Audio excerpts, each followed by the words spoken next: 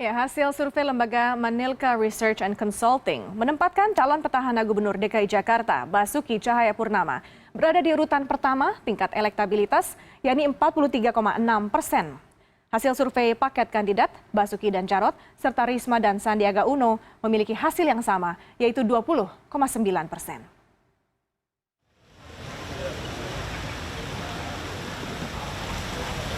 Calon petahana Gubernur DKI Basuki Cahayapurnama kembali memimpin hasil survei dari tingkat elektabilitas, popularitas, dan kesukaan yang dilakukan lembaga survei Manilka di bulan Agustus ini. Dengan menggunakan 440 responden di DKI dari 8 calon, Basuki atau Ahok memimpin di angka 43,6%. Kemudian Tri Risma hari ini yang mengalami peningkatan di angka 14,3% dan Yusuf Mansur 9,6%. Sementara itu, Sandiaga Uno, calon kuat yang digadang-gadang menjadi rival Ahok, berada di posisi ke-6 dengan perolehan tingkat elektabilitas 5%. Meski Ahok memimpin, tingkat elektabilitasnya menurun dari hasil survei yang dilakukan pada Juni lalu. Itu karena Pak Ahok memutuskan untuk maju ke pilkada itu melalui jalur parpol. Jadi ya satu sisi mungkin ini ada trade off-nya lah ya Pak Ahok ya. Banyak sebelumnya pemilih yang istilahnya nggak mau ikut-ikutan dalam pilkada, itu mau karena antusias dengan Pak Ahok yang sosok anti kemapanan yang berani maju lewat jalur perseorangan. Sayangnya begitu Pak Ahok memutuskan untuk maju melalui partai politik, segmen bangsa ini yang jadi mundur lagi gitu loh. Manilka juga melakukan survei untuk paket kandidat. Survei menunjukkan tingkat keterpilihan paket Ahok Jarot lebih tinggi 6,82% bila dibandingkan Ahok Heru yang hanya 3,86%.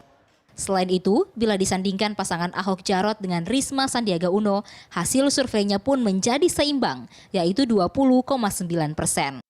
Hasil ini pun membuat Sandiaga Uno sebagai salah satu bakal calon gubernur DKI semakin bergerilya melakukan komunikasi politik dengan PDIP. Tentunya harus menyerap dan saya akan bawa hasil ini ke teman-teman mekanisme koalisi yang lagi berbicara sekarang untuk memfinalisasikan pasangan calon. Ini adalah suatu breakthrough ya.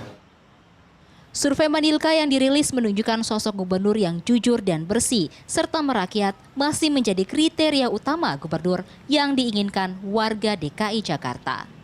Dari hasil survei Manilka ada satu fenomena yang menarik, yaitu meningkatnya jumlah swing voter atau pemilih yang belum menentukan pilihan. Dari bulan Juni lalu yang hanya 18%, kemudian meningkat menjadi 45 hingga 50% di bulan Agustus ini. Adapun dugaan swing voter ini berasal dari para pendukung Ahok yang tadinya mendukung Ahok karena ia memilih jalur independen. Namun kemudian Ahok memutuskan mengikuti jalur parpol di Pilkada DKI pada bulan Juli. Dan hal ini didukung juga dengan menurunnya elektabilitas Ahok dari 49% pada bulan Juni lalu kemudian menurun menjadi 43% di bulan Agustus ini. Swing voter ini atau pemilih yang belum menentukan pilihan suaranya tentunya sangat berharga dan dapat menjadi penentu kemenangan dari salah satu calon juga. Apalagi dengan jumlah yang cukup tinggi yaitu 45 hingga 50%. Nah, hal inilah yang kemudian dapat dimanfaatkan oleh masing-masing calon untuk memenangkan hati dari para swing voter untuk dapat memilih mereka agar menang di Pilkada DKI Jakarta nanti. Gita Miningrum, Jakarta.